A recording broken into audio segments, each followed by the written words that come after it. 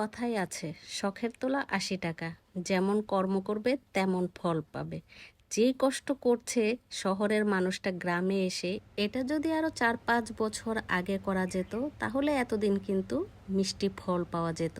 আসসালামু আলাইকুম, আশা করি সবাই ভালো আছেন। আলহামদুলিল্লাহ, আমিও আপনাদের দোয়ায় ভালো আছি। এই যে খালি জায়গাটা, এখানে অনেক গাছ ছিল, যেগুলো অপ্রয়োজনীয় গাছ সেগুলো কাটা হয়েছে ফল না দেওয়ার কারণে। আর কিছু কিছু গাছ ফল দিয়েছে কিন্তু সেগুলো ভালো না, যার কারণে গাছ কাটতে হয়েছে। তো নতুন পুরাতন মিলে এই বাগানটা হবে সুন্দর একটা বাগান, আর এই বাগানের মধ্যে একটা বাড়ি হবে, যেটা আমার স্বপ্নের বাড়ি হবে। যাই হোক, শহরের মানুষ গ্রামে এসে যখন একটু পরিশ্রম করে একটুতেই ক্লান্ত হয়ে যাওয়ার কথা, কিন্তু আল্লাহ তাআলা তাকে ধৈর্য আর পরিশ্রম করার শক্তি দিয়েছে, যার কারণে কোনো পরিশ্রমই তার কাছে পরিশ্রম মনে হচ্ছে না। সকাল থেকে কাজ করে যাচ্ছে একদম বিকেল পর্যন্ত। এর মধ্যে তার সাথে যারা কাজ করবে তারা ক্লান্ত হয়ে যায়, কিন্তু সে ক্লান্ত হচ্ছে না। তাই আমি সেখানে বসে বসে বলছিলাম, শহরের মানুষটা গ্রামে এসে কৃষি কাজ করে যাচ্ছে।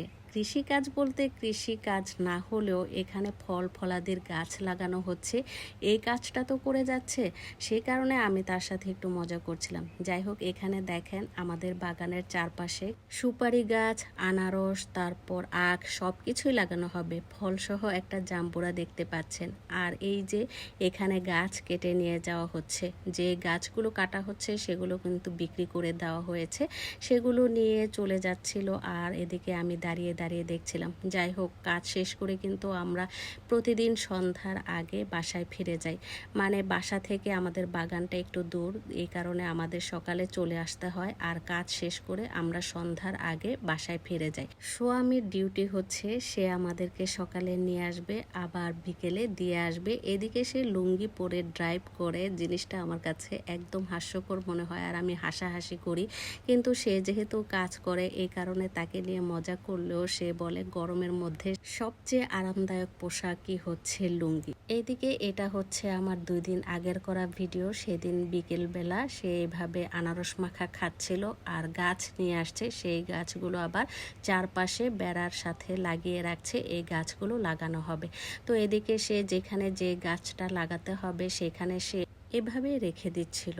আমি যেহেতু রান্না বান্নার কাজ করি, বাগানের কাজ এত করা হয় না, তবে আমি কিছু কাজ অন্তত পক্ষে করি, যেটা কিনা পরিষ্কার রাখার ক্ষেত্রে। বাগানে অনেক ঘাস, সেই ঘাসগুলোকে পরিষ্কার করেছি আমি এখানে। আর এই যে গাছের পেয়ারা দেখে আমি একটা গাছের পেয়ারা ছিঁড়ে নিলাম। তো অনেক পেয়ারা নিচে পড়ে থাকে। আর গাছের লেবু, কাগজি লেবু একটা ছিঁড়ে নিলাম, এখানে একটা লেবুই ছিল।